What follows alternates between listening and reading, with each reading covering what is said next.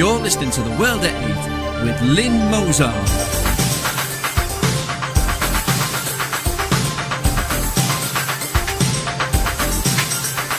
The World at 8, the number one in nationalist news.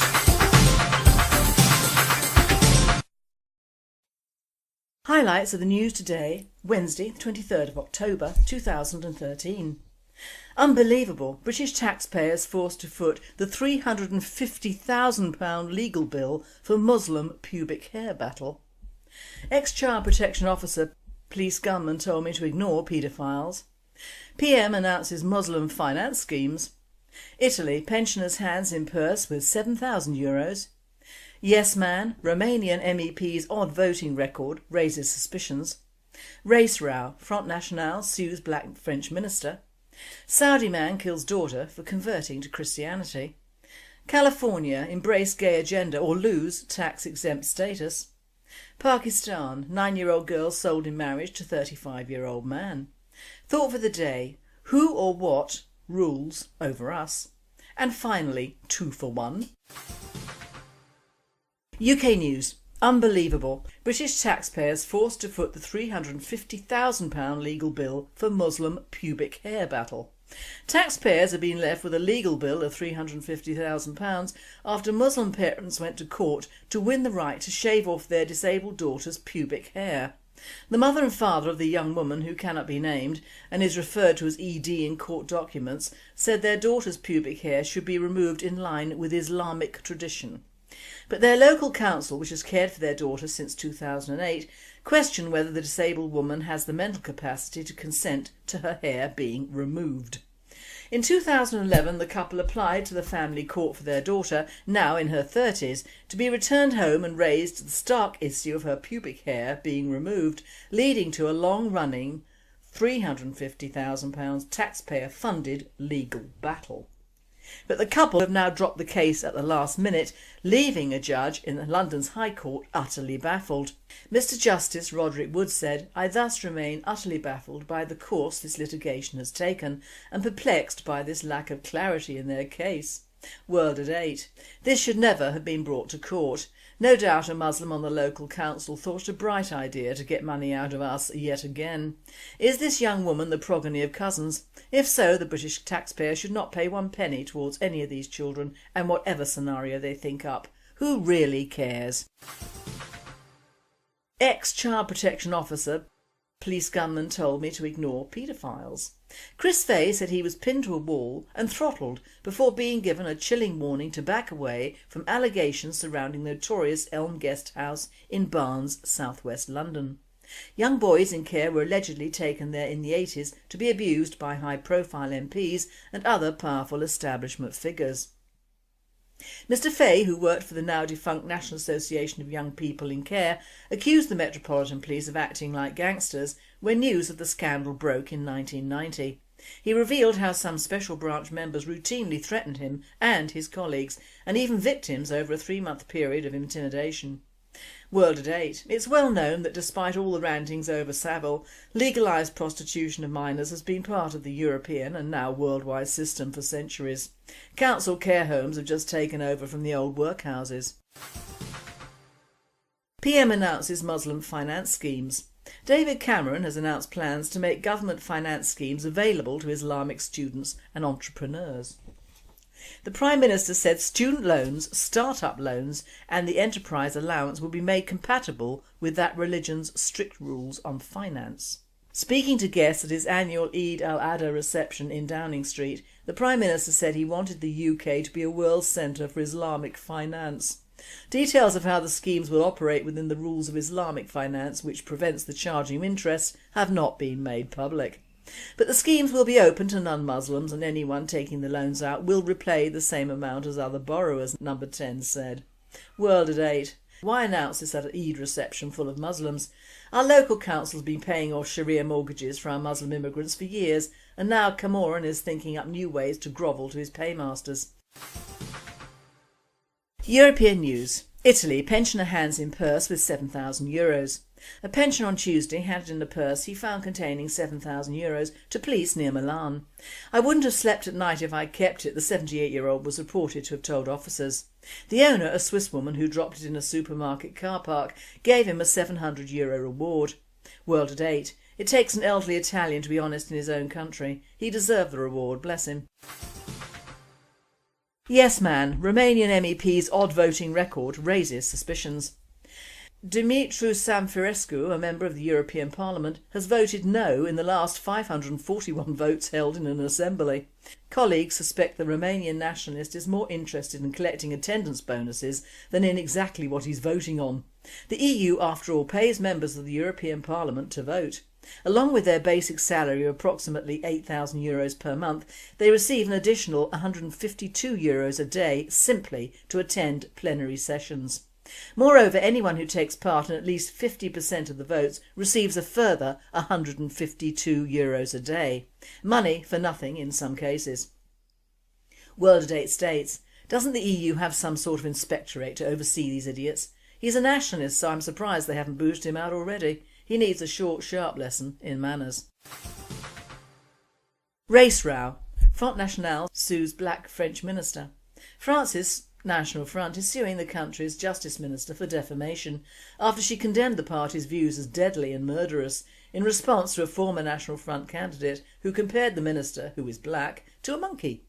Anne-Sophie Leclerc, the FN candidate for Rethel in the northeastern Ardennes region, provoked a storm by comparing Justice Minister Christiane Taubira to a monkey on Facebook and has been dropped as a candidate by Le Pen.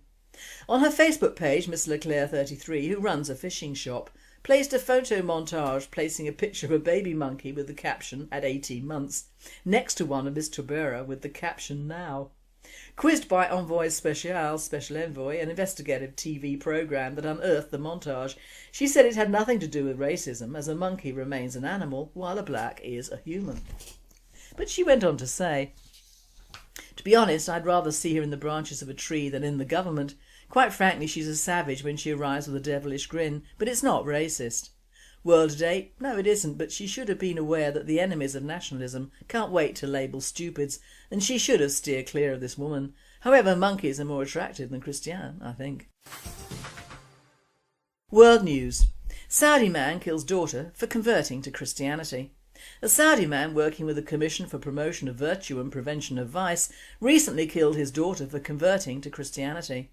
According to sources close to the victim, the religious police member had cut the tongue of the girl and burned her to death following a heated debate on religion. World at 8. Well, he certainly lived up to this image, didn't he? Poor girl. California, embrace gay agenda or lose tax-exempt status. The California legislature is considering punishing youth groups who don't embrace the gay agenda. Earlier this week, the Committee on Revenue and Taxation voted 6-3 to move the bill to the full Judiciary Committee. The openly gay state senator Ricardo Lajas proposed the bill that would strip non-profit youth organisations of their sales tax exemption for food and other items if they discriminate on the basis of gender identity, race, sexual orientation, nationality, religion or religious affiliation. The bill literally names 25 organisations that must embrace the gay agenda or suffer the consequences, including the Boy Scouts, Young Men's Christian Association and Little League. World at 8. Disgusting. If they bring this one in, they should also include the Black Muslims, all Black and Mexican groups or associations, all immigrant committees and financial groups. This would cover legally all people, not just singling out those white Christian icons. I'm not anti-gay, but when I hear this it makes one really dislike these poofters, doesn't it? The fact that one of their own can make their chosen lifestyle a must-have for all is pathetic in the extreme, and resorting to blackmail to do it is the usual approach of so-called liberals. Pakistan, 9-year-old girl sold in marriage to 35-year-old man. The Prophet wrote the marriage contract with Aisha when she was 6 years old and consummated his marriage with her when she was 9 years old, and she remained with him for 9 years until his death. Bukhari 7.62.88. Do the human rights of this girl matter, or would caring about her be Islamophobic? Child marriage, minor girls sold to suitor by Ushik Shaikh for the Express Tribune, October 21st, thanks to the religion of peace.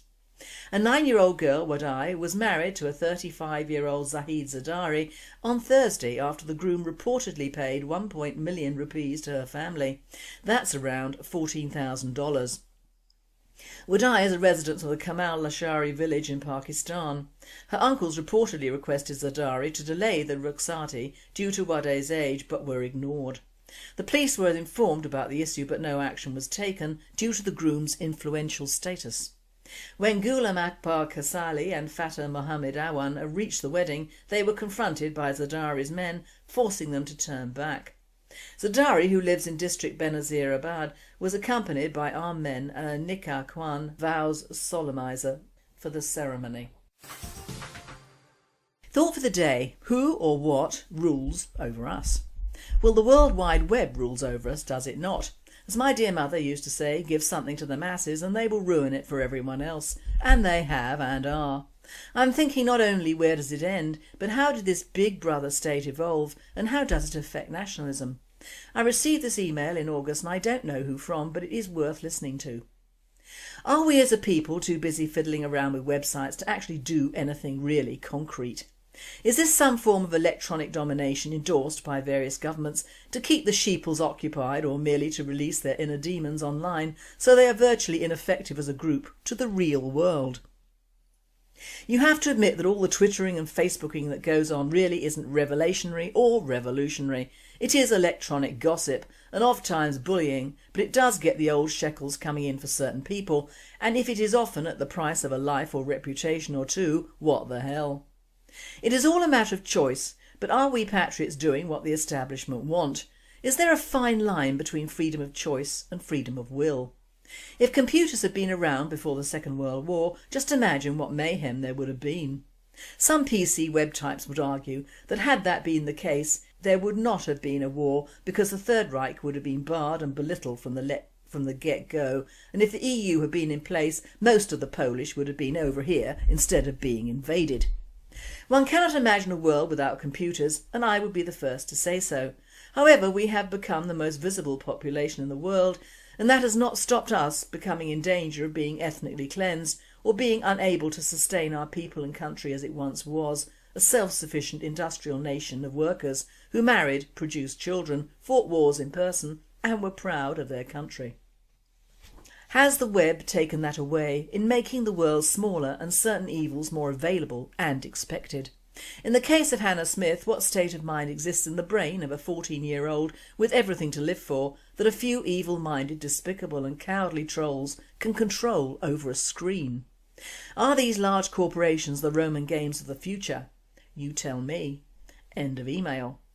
I watched for the first time in many years a small portion of the Jeremy Kyle show and was appalled, not only at my fellow countrymen but the audiences sitting there watching awful humiliation being meted out to members of their tribes. But in all honesty, if I thought I was trying to save many of those people from the Islamic State, I'd convert myself. Frankly, they aren't worth saving, even from themselves, and I bet most of them do Facebook and Twitter, so at least their illiteracy can find an outlet on their mobiles or PCs or pigeon carrier. Now Facebook, what a Janus of an image this is. You can do some good on it, probably by turning it off, but I understand many people have been reunited and found some purpose in life through it. Good luck to them. I personally think that by the time our establishment have shut down all English pubs, forbidden new drinking clubs and restaurants for the mature being opened, or if already open have shut them down with no licence for alcohol, sell out working men's clubs or make sure they're in areas already heavily enriched, make sure all the masses who don't go to football are watching it on TV along with the rest of the propaganda, encourage meals for two at home and discourage all but ethnic watering holes and split, divide and decimate peoples of a certain tribe or tribes, then of course they'll fly to one of the only drugs left, the web. And there we open Pandora's box, full of potential but full of the opposite as well. Want to make a bomb? Go to the web. Want to view really vile pornography, bestiality and worse? Go to the web. Want to do a bit of sexual grooming yourself? Go to the web. Want to avoid going out of the house and doing a bit of shopping and socialising for years on end? Go to the web. Want to start a riot and do a bit of looting in the real world? Go to the web. Want a Thai bride or something that will make you poor really quickly? Go to the web and dial Thai or Russian brides, matey. It's all there. Rather like Christ on the mountain, with the devil on his left-hand side, promising that everything would be his if he came over, so to speak.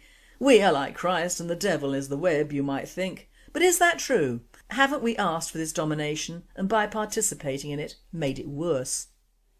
Now there is a place for computer domination, and let's face it, without it you wouldn't be listening to The World at 8, because I doubt if us nationalists would be allowed a radio station.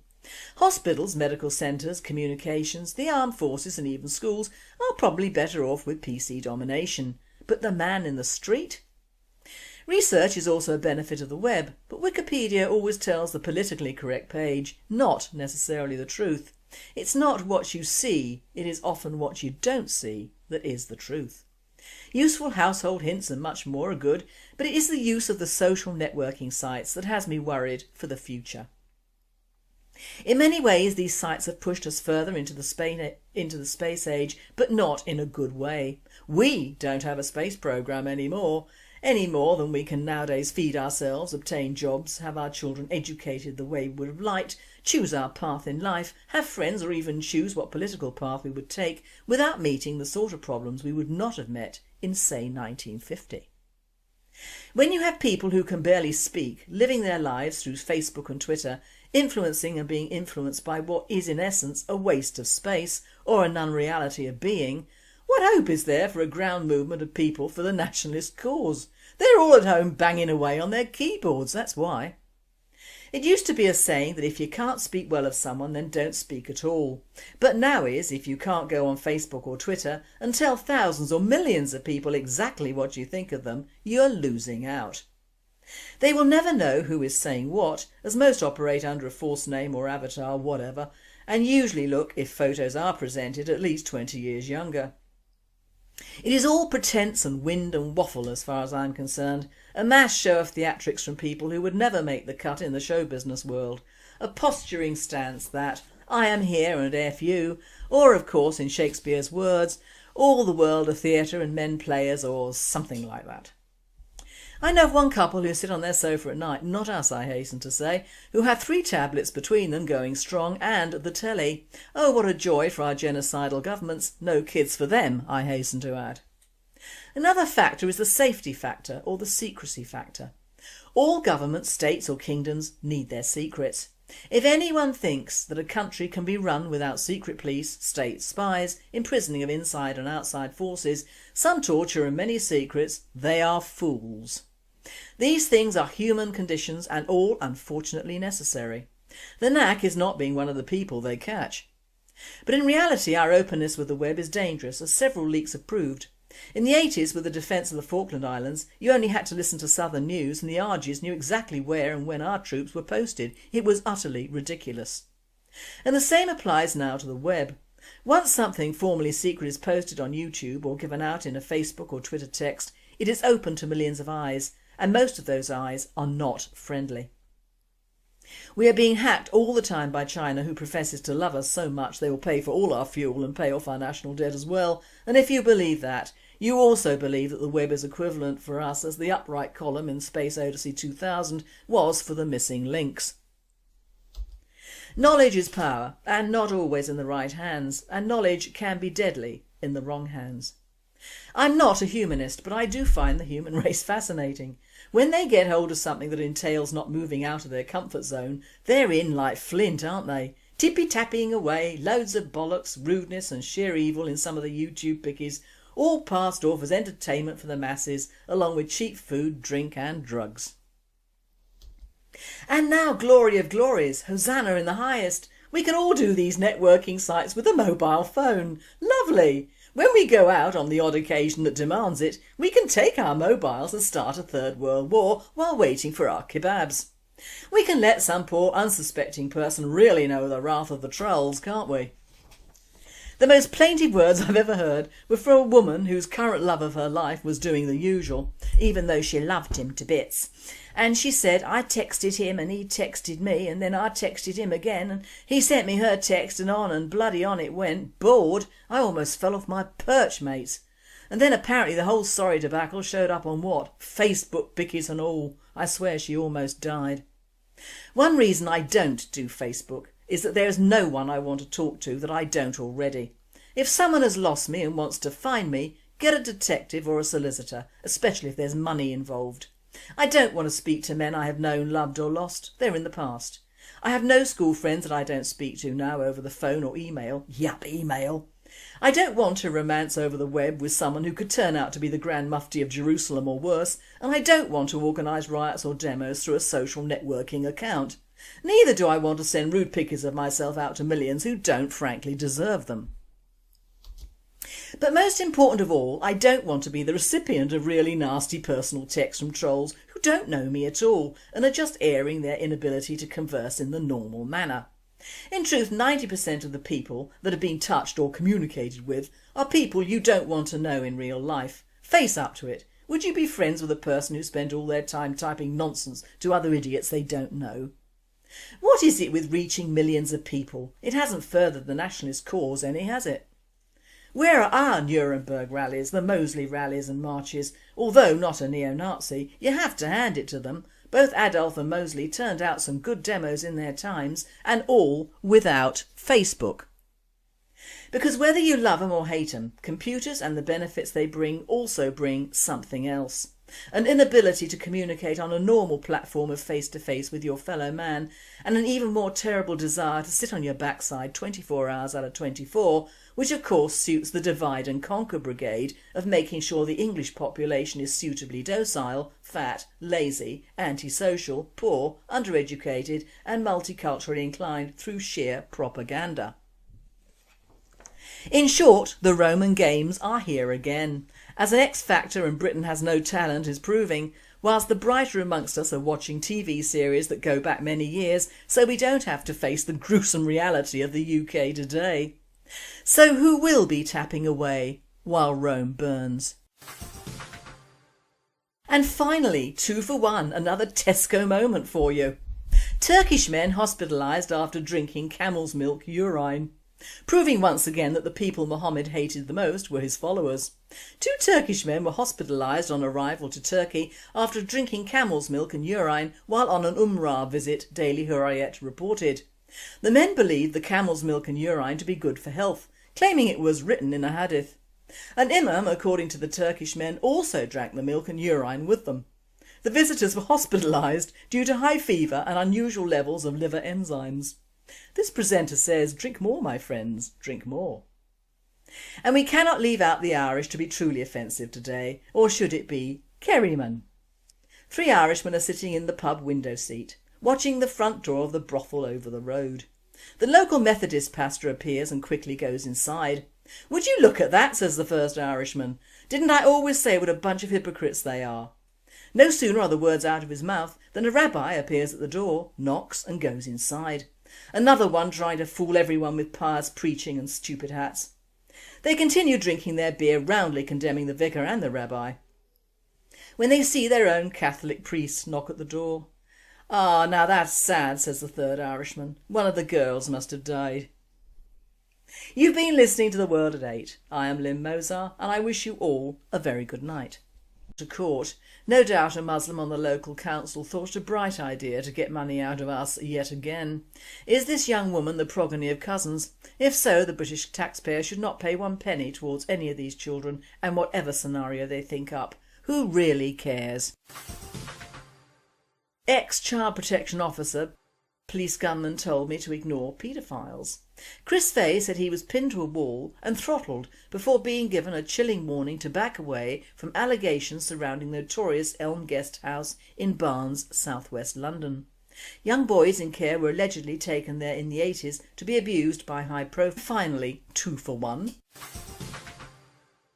UK news. Unbelievable. British taxpayers forced to foot the £350,000 legal bill for Muslim pubic hair battle. Taxpayers have been left with a legal bill of £350,000 after Muslim parents went to court to win the right to shave off their disabled daughter's pubic hair. The mother and father of the young woman, who cannot be named and is referred to as ED in court documents, said their daughter's pubic hair should be removed in line with Islamic tradition. But their local council, which has cared for their daughter since 2008, question whether the disabled woman has the mental capacity to consent to her hair being removed. In 2011 the couple applied to the family court for their daughter, now in her 30s, to be returned home and raised the stark issue of her pubic hair being removed, leading to a long-running £350,000 taxpayer-funded legal battle. But the couple have now dropped the case at the last minute, leaving a judge in London's High Court utterly baffled. Mr Justice Roderick Wood said, "I thus remain utterly baffled by the course this litigation has taken and perplexed by this lack of clarity in their case. World at 8. This should never have been brought to..."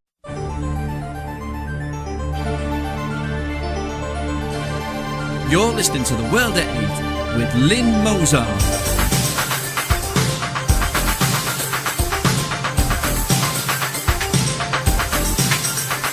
The World at 8, the number one in nationalist news.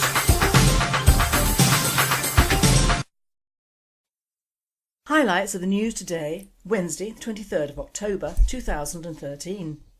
Unbelievable, British taxpayers forced to foot the £350,000 legal bill for Muslim pubic hair battle. Ex-child protection officer, police gunman told me to ignore paedophiles. PM announces Muslim finance schemes. Italy, pensioners' hands in purse with €7,000. Yes man, Romanian MEP's odd voting record raises suspicions. Race row, Front National sues black French minister. Saudi man kills daughter for converting to Christianity. California, embrace gay agenda or lose tax-exempt status. Pakistan, 9-year-old girl sold in marriage to 35-year-old man. Thought for the day, who or what rules over us?